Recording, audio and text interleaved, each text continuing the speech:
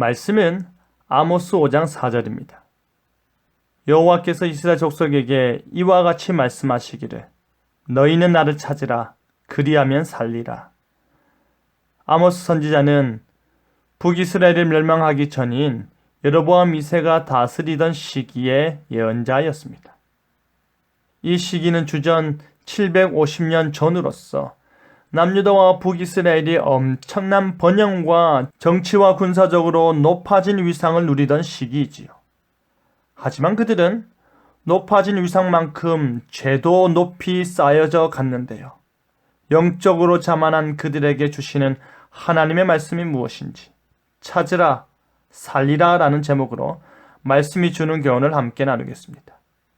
여러분, 이스라엘이 나라는 부유해지고 나라는 강해지고 삶은 더 나아지면서 동시에 우상 숭배는 만연해졌고 무절제하고 부도덕한 모습들은 점점 일상이 되어 갔습니다. 배가 부르니 몸이 편해지니 신앙과 경건에 열심을 내지 않고 영적 자만에 빠졌던 것입니다. 하나님께서는 아모스 전체를 통해서 영적 자만에 빠져있는 이스라엘 백성들에게 너희는 나를 찾으라 라고 말씀하십니다. 비록 지금 그들의 모습은 웅장하고 지금 그들의 모습은 선줄 생각하지만 그들에게 다가오는 멸망은 너무나도 선명하고 그들에게 현실이 될 그 참혹한 미래는 그들의 상상을 초월할 것이기 때문입니다. 그렇게 좋은 날이 사실은 너무나도 아픈 날이었던 것입니다. 그런데 왜 이 날이 아픈 줄 아십니까?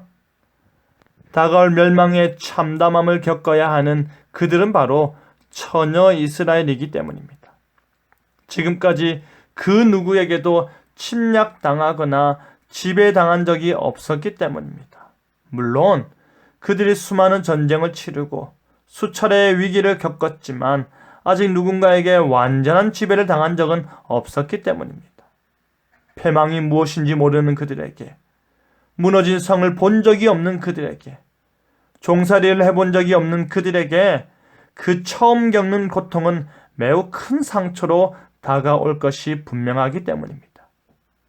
그뿐 아니라 그 처녀 이스라엘을 향한 엎드러지고 다시 일어나지 못하고 일으킬 자가 없다라는 표현들은 아수르에게 멸망당해 포로로 잡혀간 이스라엘이 회복되지 못할 것을 강조하여 말씀하시는 것입니다.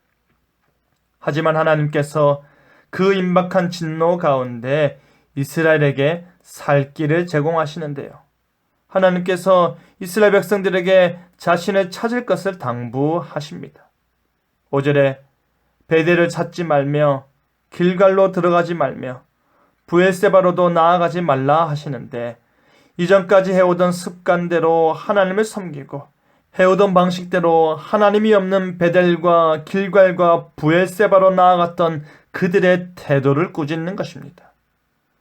그러면서 하시는 말씀이 바로 너희는 나를 찾으라 그리하면 살리라 라고 하십니다. 여기저기 헤매며 세월을 허비하지 말고 그 이름 여호와를 찾는 것이 그들이 가지는 유일한 살 길이요 유일한 구원의 길임을 말해주는 것입니다. 그렇다면 하나님을 찾는다라는 것은 예배의 자리에서 하나님의 이름을 단순히 부르는 것일까요? 그렇지 않습니다. 이스라엘 역시도 베델과 길갈과 브엘세바에서 하나님의 이름을 불렀기 때문입니다. 하지만 하나님께서 정의를 쓴쑥으로 바꾸며 공의를 땅에 던지며 그 도시들에서 행해지는 예배는 받지 않는다라는 것이죠. 다시 말해 하나님께서 진정으로 원하시는 것은 정의와 공의가 온전히 지켜질 때에야 하나님을 믿는다라는 그 신앙의 참된 가치를 드러낼 수 있음을 말씀하시는 것입니다. 정의와 공의 앞에서 그들의 삶이 온전할 때 그들의 믿음과 그들의 찾음과 그들의 부르짖음이 옳다 인정받을 수 있다는 것입니다.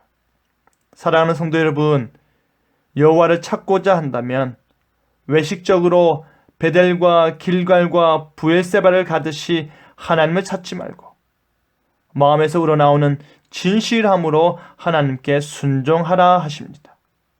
온 마음과 정성과 힘과 의지를 다해서 하나님이 요구하시는 악을 미워하고 선을 사랑하는 삶을 살아내야 하는 것입니다.